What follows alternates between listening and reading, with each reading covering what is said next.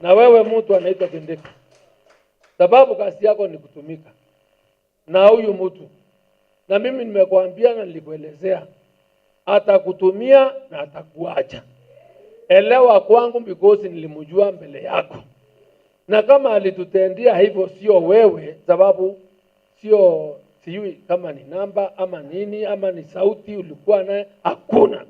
So kanyanga pole pole bwana, huwezi kututisha sababu umepatiwa serikali yote, umebeba ukapelekwa juu na ukutafuta. Wacha hiyo bwana.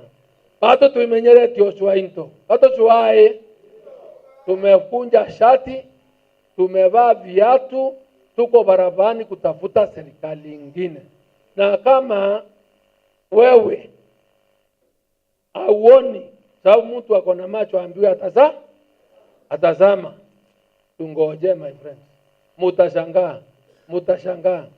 But I want to tell you, in farm hawa nyinyi mkae ngangari, nguvu yetu wananchi ni nyinyi.